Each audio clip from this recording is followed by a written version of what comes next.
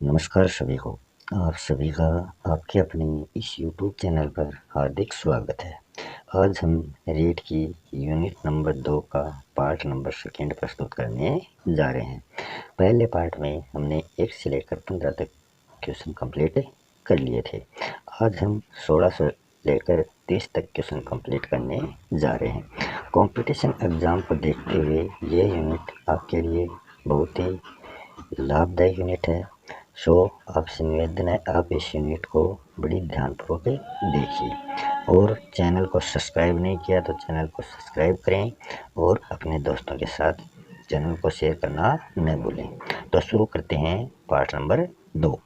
Question number 16 है, अप्लाक्षार रसासिक्तम रक्तम तवर्ण द्वयम इत्यत्र कह अलंकार। तो इस वाक्य में इस पद में आपको अलंकार पूछा है कि इसमें कौन से अलंकार का प्रयोग किया गया है। उपमा, यमक, श्लेष, विभावना। तो यहाँ ये जो अलंकार है इसमें विभावना अलंकार का ये उदाहरण है। तो ऑप्शन 4 इसका राइट हो जाएगा। विभावना अलंकार की पहचान कैसे होती है कि जो उदाहरण होता है उसमें बिना, पश्य, अनायास आदि शब्दों का प्रयोग किया जाता है। अब देख लेते हैं उपमा अलंकार की पहचान कैसे होती है। उपमा अलंकार में सम, से, वागत, अव, वत, शिखैव, यथा, हंस्यु इन उपमावाचक शब्दों का प्रयोग उपमा अलंकार में किया जाता है। यमक अलंकार क्या होता है कि इसमें एक ही शब्द 2 बार या अधिक बार आने पर वो उनका अर्थ समान निकलता है। यमक का अर्थ होता है जुआ।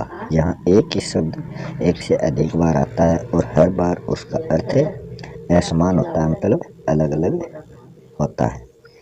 और श्लेष अलंकार में क्या होता है, एक ही शब्द के अलग अलग अर्थ होते हैं कि शब्द तो एक होता है उसके अर्थ अलग अलग होते हैं, वो श्लेष होता है। श्लेष का अर्थ होता है चिपकना। एक ही शब्द के अलग अलग अर्थ चिपकते हैं। 17 नंबर क्वेश्चन है, रूपक अलंकार से लक्षणम अस्ति। रूपक अलंकार का इसमें कौन सा लक्षण है। बिंबस्य प्रतिबिंबम, उपमानाद उपमेय समित तत्तुल्य दर्शनी, उपमानोपमेयो अभेदस्य। तो यहाँ रूपक अलंकार का जो लक्षण है वो है ऑप्शन नंबर 4, उपमानोपमेयो अभेदस्य। तो ये रूपक अलंकार का लक्षण है। दृष्टांत अलंकार का लक्षण है बिंबस्य प्रतिबिंबम और व्यतिरेक अलंकार का लक्षण है उपमानाद उपमेय और भ्रांतिमान अलंकार का लक्षण है समित तत्तुल्य दर्शनी।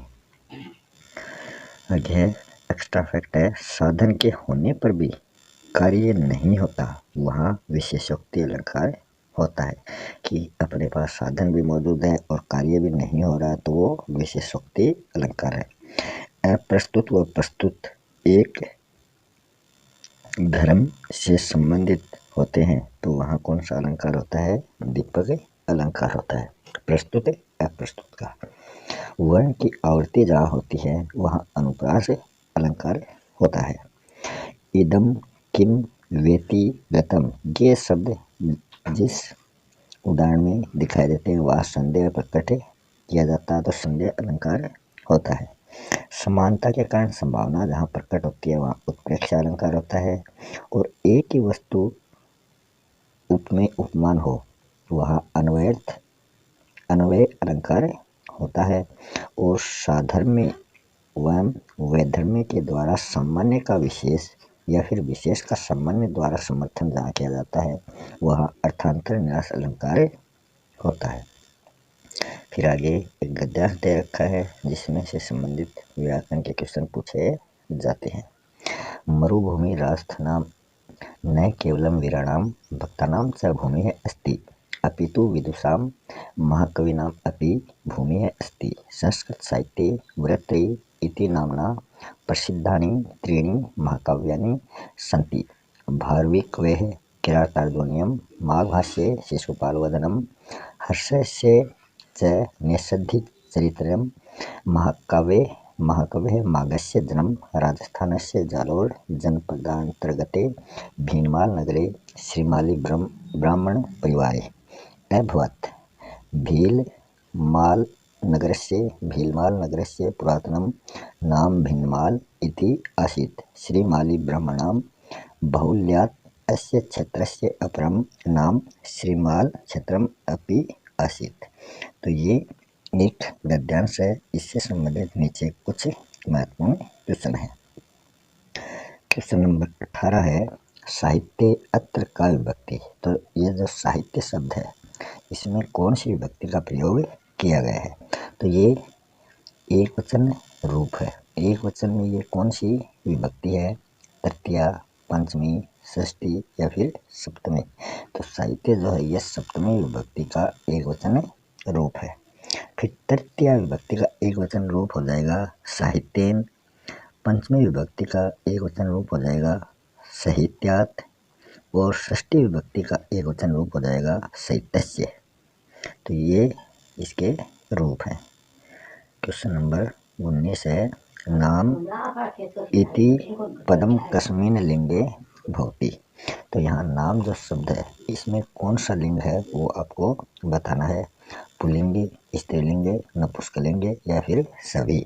तो नाम जो शब्द है ये नपुंसकलिंग में प्रयुक्त आता है, प्रयुक्त होता है। और कौन कौन से शब्द जो है वो नपुंसकलिंग में आते हैं वो देखते हैं। यश, तेज, चर्म, वन, पत्ता, गमनम, गीतम, भाव्यम, शेषवम, द्विवारात्रम, छदम, पत्रम, ये सभी नपुंसकलिंग में आते हैं। क्वेश्चन नंबर 20 है त्रीणि महाकाव्यानि सन्ति। त्रीणि महाकाव्यानि सन्ति अत्र विशेष्यं पदम किम। तो यहाँ विशेष्य शब्द कौन सा वो आपको बताना है। त्रीणि महाकाव्यानि सन्ति या फिर सर्वे। विशेष्य वो होता है जिसकी विशेषता बताई जा रही है। तो यहाँ किसकी विशेषता बताई जा रही है, महाकाव्यानि की। क्या विशेषता कितने हैं, त्रीणि। त्रीणि जो है वो विशेषण शब्द है। अलंकार के मुख्य रूप से 3 भेद होते हैं, शब्दालंकार, अर्थालंकार, उभयालंकार। जहाँ शब्द में चमत्कार हो वहाँ शब्दालंकार और जहाँ अर्थ में चमत्कार उत्पन्न हो वहाँ अर्थालंकार, और इन दोनों का मेल ही उभयालंकार कहलाता है। क्वेश्चन नंबर 21 है जनपदांतर्गते अत्र कह संधि। तो यहाँ ये जो शब्द है जनपदांतर्गते, इस शब्द में कौन सी संधि है वो आपको बताना है। तो इस पद में संधि तो है स्वर संधि, मगर स्वर संधि के भी 5 भेद होते हैं। उनमें से कौन सा है ये भेद आपको बताना है। दीर्घ स्वर संधि, गुण स्वर संधि, यण स्वर संधि या फिर वृद्धि स्वर संधि। और एक 5वां भेद है अयादि स्वर संधि। तो यहाँ आपको ये जो पद है ये दीर्घ स्वर संधि का उदाहरण है। तो दीर्घ स्वर संधि है, इसका विग्रह, इसका विच्छेद क्या हो जाएगा, जनपद अंतर्गते, जनपद धन अंतर्गते, ये इसका विग्रह हो जाएगा और ये दीर्घ स्वर संधि हो जाएगी। फिर गुण स्वर संधि का उदाहरण क्या होता है। गुण स्वर संधि में क्या होता है कि इसमें अ या आ का मेल री से हो जाता है तब तो वो अर बन जाता है। अगर ई से मेल हो जाता है तो वो ए बन जाता है, और अगर ए आ का ऊ से मेल हो जाता है तो वो ओ बन जाता है। तो ए आ का री से मेल अर, ए आ का ई से मेल ए आ का ऊ से मेल ओ बन जाता है। तो ये गुण स्वर संधि की पहचान है। तो यहाँ देव धन ऋषि, तो देव के अंत में वह में ए का मेल है तो ए धन आगे री आ गया, तो इन दोनों का मेल अर बन गया, तो देवर्षि ये बन गया है। यण स्वर संधि में क्या होता है कि जो पहला वर्ण होता है, यहाँ जो वर्ण आएगा, यहाँ अगर ई आता है उसका मेल अन्य स्वर से होता है तो ई का ये बन जाता है। ऊ का मेल अन्य स्वर से होता है, चाहे वो छोटा ऊ हो या फिर बड़ा ऊ हो, दोनों का ही वह बन जाता है। तो यहाँ इति धन आदि, तो तय में किसकी मात्रा है, ई की है। ई का मेल आगे अन्य स्वर से हो रहा है, मतलब आ से हो रहा, तो ई किस में बदल जाएगा, ई किस में बदला है, ये में। चाहे ई लघु हो चाहे दीर्घ हो, वो ये में बदलेगा, तो ई की जगह ये हो गया, तो ये क्या बन गया, या। तो इत्यादि ये शब्द रूप बन जाता है। वर्दी संधि में क्या होता है, वर्दी संधि की पहचान होती है ऊपर डबल मात्राएं, या तो वो ए की मात्रा होती है या फिर वो ओ की मात्रा होती है। औ, आई, औ, ये दो वर्दी स्वर संधि में आते हैं। इसमें ए आ का मेल अगर ए ऐ से हो जाता है तो ऐ, और ए आ का मेल ओ औ से हो जाता है तो औ होता है। तो यहाँ सदा आ का मेल आगे ए से हो रहा है, तो आ और ए मिलकर ऐ बनते हैं, मतलब डबल मात्रा लगती है, तो स द के ऊपर डबल मात्रा लग जाएगी, सदैव बन जाएगा। इस प्रकार ये स्वर संधि के उदाहरण हैं। फिर आगे है क्वेश्चन नंबर 22। मरुभूमि अत्र कह समासा नहीं, यहाँ विग्रह हो जाएगा। मरुभूमि का विग्रह रूप क्या होगा, कि मरुभूमि जो समास है इसका हमें विग्रह करना है। मरोह भूमि है, मरुनाम भूमि, मरुम भूमि है, मरोह भूमि है, तो यहाँ इसका जो विग्रह हो जाएगा वो हो जाएगा मरोह भूमि। ऑप्शन ए इसका राइट हो जाएगा। 23 नंबर क्वेश्चन है, विदुषाम महाकवि नाम अपि भूमि है अस्ति, तो ये जो वाक्य है इसमें अत्र अव्यय पदम किम, तो यहाँ आपको अव्यय पद बताना है, इनमें से कौन सा है। विदुषाम अपि संति भूमि, तो अव्यय वो होता है जिसमें किसी प्रकार का विकार नहीं हो, मतलब अविकारी शब्द, तो अपि जो है ये अविकारी शब्द है, अव्यय है। क्वेश्चन नंबर 24 है, वीराणाम अत्र पदम किम, तो जो ये वीराणाम जो पद है ये क्या है, ये सर्वनाम है या अव्यय है या फिर विशेषण है या फिर सर्वय है। तो वीर जो है वो क्या है, वो विशेषण शब्द है, किसी की विशेषता प्रकट करता है। क्वेश्चन नंबर 25, मालिनी छंदे वर्णा भवति, कि मालिनी छंद जो है इसमें कितने वर्ण होते हैं। एकादश मतलब 11, द्वादश मतलब 12, पंचादश मतलब 15, अष्टादश मतलब 18, तो मालिनी जो छंद है इसमें पंचादश वर्ण होते हैं, और 8 और 7 वर्णों पर इसमें क्या होता है, यति होती है। इस प्रकार ये मालिनी छंद 15 वर्णों का है और 8-7 पर यति। 11 वर्णों का जो छंद है वो कौन सा होता है, एक तो इंद्र वज्रा जो होता है इसमें 11 वर्ण होते हैं, उपेंद्र वज्रा में भी 11 होते हैं, उपजाति में भी 11 होते हैं, तो इन तीनों छंदों में 11-11 वर्ण होते हैं। द्रुत विलंबित और भुजंग जो छंद है, द्रुत विलंबित, भुजंग और वंशस्थ, इसमें क्या होते हैं, इसमें 12-12 वर्ण होते हैं। 26 नंबर क्वेश्चन है, अंतस्थ वर्णानाम क्रम है कै, तो अंतस्थ वर्ण 4 होते हैं, तो यहाँ उनका क्रम बताना है। ये रलव, ये वरल, ये लरव, ये ल रव, ये दोनों तो एक ही हो गए, 3 ऑप्शन से आपको बताना है।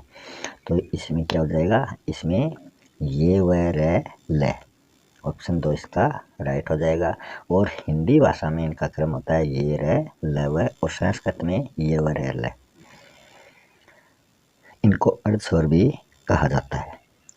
फिर नीचे एक सूक्ति है, जननी जन्म भूमिश्च सर्वगादपि गरी यशी, तो यहाँ खालिस्तान में सर्वगादपि आ जाएगा, तो ये एक सूक्ति है। नेक्स्ट है क्वेश्चन नंबर 27, माहेश्वर सूत्र होते हैं।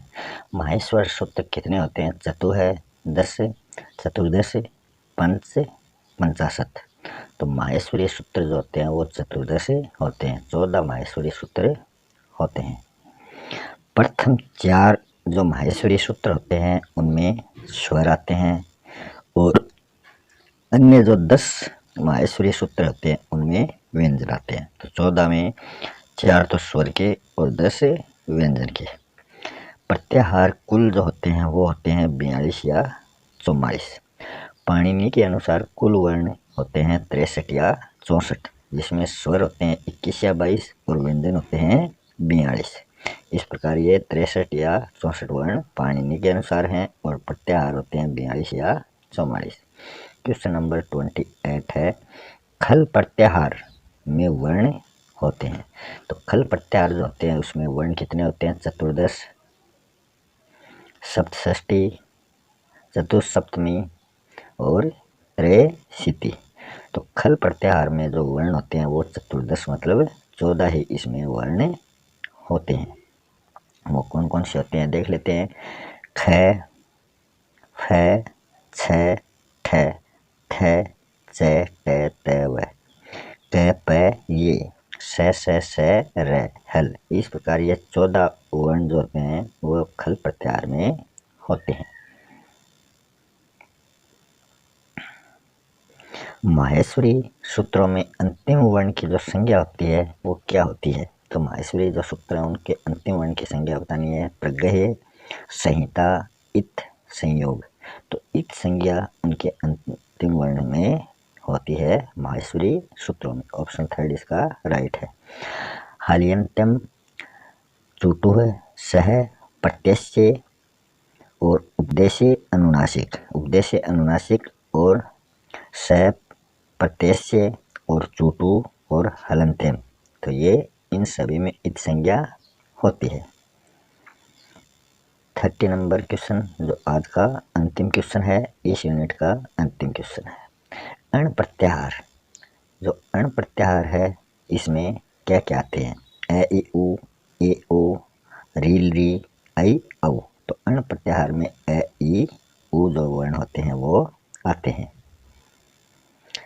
और ए और जो वर्ण होते हैं वो यंग प्रत्याहार होता है और रील, री वाला रिक प्रत्याहार होता है और ऐ, औ वाला यच प्रत्याहार होता है। इस प्रकार ये 4 प्रत्याहार होते हैं जो स्वर में होते हैं। फिर नीचे कुछ एक्स्ट्रा फैक्ट दे रखे हैं वो देख लेते हैं। विसर्ग संधि। विसर्ग संधि के यहाँ उदाहरण दिए गए हैं, ये हम देख लेते हैं। विसर्ग संधि जो है इसमें सत्व विसर्ग संधि क्या होती है? इसमें विसर्ग का मेल प्रत्येक स्पर्श वर्ग से होता है। स्पर्श वर्ग कौन से होते हैं? क से लेकर म तक के जो वर्ण है वो स्पर्श व्यंजन कहलाते हैं। उसका पहला दूसरा वर्ण जिसको खर प्रत्याहार बोला जाता है कि विसर्ग का मेल प्रत्येक स्पर्श वर्ग के पहले दूसरे वर्ण या खर प्रत्याहार से होता है। तो विसर्ग का स बन जाता है। जैसे धनु है, धन, टंकार। तो ये ट जो है ये स्पर्श व्यंजन का पहला ही वर्ण है तो विसर्ग का इसमें स बन जाएगा। तो ट के अनुसार यहाँ कौन सा स आएगा? मूर्धन्य स आएगा। मूर्धन्य स ये होता है। तो ये धनुष टंकार बन गया, विसर्ग हटकर स का आगम हो गया। राम है, धन, च। तो यहाँ च के अनुसार यहाँ च जो है वो उसके अनुसार यहाँ स का आगम हो जाएगा और ये बन जाएगा रामश्च। यहाँ च जो है वो तालव्य है तो यहाँ तालव्य स का आगम हो जाता है। विष्णु है, धन, त्राता। तो यहाँ तय आया है, तय के अनुसार यहाँ दंत्य स का प्रयोग हो जाएगा क्योंकि तय जो है वो दंत्य वर्ण है तो ये बन जाएगा विष्णु श्राता, विष्णु स्त्राता। निह, धन, संदेह स का आगम है तो विसर्ग भी स ही बन जाएगा, निसंदेह है या फिर इसको निह संदेह भी लिखा जाता है। स्व है, धन, थ। तो थ जो है ये द्वितीय वर्ण है तो यहाँ थ क्या है? दंत्य है तो यहाँ भी स का आगम हो जाएगा, स्वस्थ इसका रूप बन जाएगा। फिर स्वादि संधि, इसमें सु, औ, जस विभक्तियों के स्थान पर क्या होता है? रामस, धन, अचर्य है तो ये बन जाएगा रामो एम। यहाँ ए ना होकर ये ए की तरह उच्चारित होने वाला वर्ण यहाँ होता है। मनस, धन, रथ ये हो जाएगा मनोरथ। हरे, धन, एहि ये हो जाएगा हरियेहि। सस, धन, शिव ये हो जाएगा सशिव है। उत्व विसर्ग संधि में क्या होता है? एह का मेल ऐसे होता है। ये जो चिन्ह होता है रे की तरह इसको अवग्रह बोलते हैं, इसका ओ बन जाएगा। कह, धन, अपी, तो ये बन जाएगा को अपी, बीच में ये ए ना होकर ये विग्रह चिन्ह आ जाता है। ये स धन दा का ये सुधा बन जाएगा। नमः धन नमः का नमो नमः बन जाएगा। हरिर धन रम्य का हरिरम्य बन जाएगा। लोप विसर्ग संधि में क्या होता है, इसमें लोप होता है। शिष्या धन एते, तो शिष्या एते विसर्ग का लोप हो जाएगा। भोज धन देवा भोज देवा हो जाएगा। कन्या धन इच्छति कन्या इच्छति हो जाएगा। फिर आगे छंद के कुछ महत्वपूर्ण तथ्य देख लेते हैं। छंद शास्त्र के जो प्रवर्तक हैं वो आचार्य पिंगल माने जाते हैं, जिनको नागराज भी कहा जाता है, और इनकी पुस्तक का नाम है छंद सूत्रम। छंद दो प्रकार के होते हैं, वर्णिक और मात्रिक। वर्णिक छंद को वर्तिक छंद और मात्रिक छंद को जाति छंद कहा जाता है। छंद में 8 प्रकार के गण होते हैं। ये माता राज भान से लगा, तो ये इसका एक सूत्र है। इसमें ये मा रा ता रा जय भा ने से तक, ये से तक 8 गण होते हैं, और प्रत्येक गण में 3-3 वर्ण आते हैं। ये मात्रा का एक गण हो जाएगा, इसमें ह्रस्व का 1 मात्रा और दीर्घ की 2 मात्रा। तो ये माँ दीर्घ है 2 मात्रा, और ता भी दीर्घ है तो ये भी 2 मात्रा। इस प्रकार इसमें 5 मात्राएं आती हैं। ये मात्रा में 3 वर्ण और 5 मात्राएं आती है। फिर आगे मगन हो जाएगा मा तारा, इसमें तीनों ही दीर्घ हो जाते हैं। फिर आगे ताराज, इसमें 2 दीर्घ और 1 वर्ण। फिर राज भा, इसमें पहला दीर्घ दूसरा लघु तीसरा दीर्घ। फिर भा ने जय भा ने, इसमें पहला लघु दूसरा गुरु तीसरा लघु। फिर भा ने से, इसमें पहला गुरु आगे के दोनों लघु। ल और सलगा में आगे से लघु ल लघु और गा का दीर्घ हो जाएगा। तो इस प्रकार इसमें ये 8 सूत्र में 8 वर्ण होते हैं, और तीनों का एक गण बनता है। इसमें कुल ये मात्रा राज भान सलगा में, अगर इस सूत्र में कुल मात्राओं की बात करें तो इसमें 15 मात्राएं होती हैं और 8 गण होते हैं। यर्ता मतलब यगण रगण और तगण, इसमें क्या होता है, आदि मध्य अंत। यगण में तो आदि मतलब पहला लघु होता है, और रगण में मतलब बीच का लघु होता है। दोबारा देख लेते हैं। यह सूत्र है यर्ता। यर्ता में क्या होता है, आदि मध्य अंत। तो यहाँ लघु वर्ण की बात हो रही है, तो आदि मतलब शुरू में, तो ये गण जो है इसके शुरू में लघु आता है। तो यहाँ ये मात्रा राज में देख लिया, ये गण ये क्या है, लघु है। और रगण, रगण मतलब इसका मध्य होता है वो लघु होता है। तो ये गण देखो यहाँ पर रगण देखना है रा जय भा, तो जय क्या है, लघु है। और ता जो है तगण है, उसका अंतिम वर्ण जो होता है वो लघु होता है। तो यहाँ तगण का अंतिम वर्ण देखो ता रा जय, जय क्या है, लघु है। तो यर्ता में तो लघु आएंगे, एक ये गण में पहला, रगण में बीच वाला और तगण में अंत वाला लघु होता है।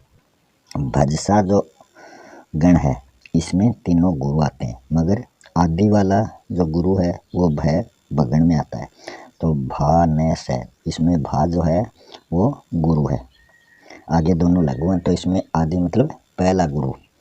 जगण जय भान है, इसमें बीच वाला मतलब मध्य वाला गुरु है जभान में। और फिर सा मतलब सलगा, सलगा में अंतिम जो वर्ण है वो गुरु है। तो इस प्रकार यर्ता में तीनों लघु, भजसा में गुरु पहला बीच का और अंतिम, और मन जो है इसमें मैं मतलब मगन, इनमें तीनों ही गुरु होते हैं। मातारा में जो मगन है मातारा, ये तीनों गुरु है। और नगन जो है उसमें क्या होता है, उसमें तीनों लघु होते हैं। मगन में तीनों गुरु और नगन में तीनों लघु। तो नगन का है न से ल, नस्ल जो नगन है इसमें तीनों लघु होते हैं। इस प्रकार इनकी मात्राएं हम देख सकते हैं।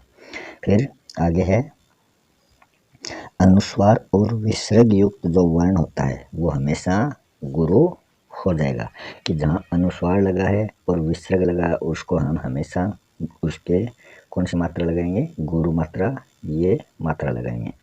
संयुक्त वर्ण से पूर्व वाला वर्ण भी गुरु होगा। संयुक्त वर्ण से त्रय ज्ञ स्र हैं तो इनसे पहले जो वर्ण आएगा उसको हम गुरु वर्ण बनाएंगे, चाहे वो लघु हो। हलंत से पूर्व वाला वर्ण भी गुरु बनेगा कि आद्य वर्ण से पहले अगर जो लघु वर्ण है तो वो भी क्या बन जाएगा, गुरु बन जाएगा। आ ई उ ए ऐ ओ औ इन सभी में गुरु की मात्रा लगती है और ए ई उ इनमें लघु की मात्रा लगती है। अवग्रह की गणना नहीं की जाती। जो ऐसे चिन्ह लगता है अवग्रह का, जो ए के रूप में उच्चारित होता है, उसकी गणना छंदों में नहीं की जाती। इस प्रकार यूनिट नंबर सेकेंड का जो पार्ट सेकेंड है वो भी कंप्लीट हो चुका है। मिलते हैं नेक्स्ट वीडियो में एक नए टॉपिक के साथ, तब तक के लिए धन्यवाद।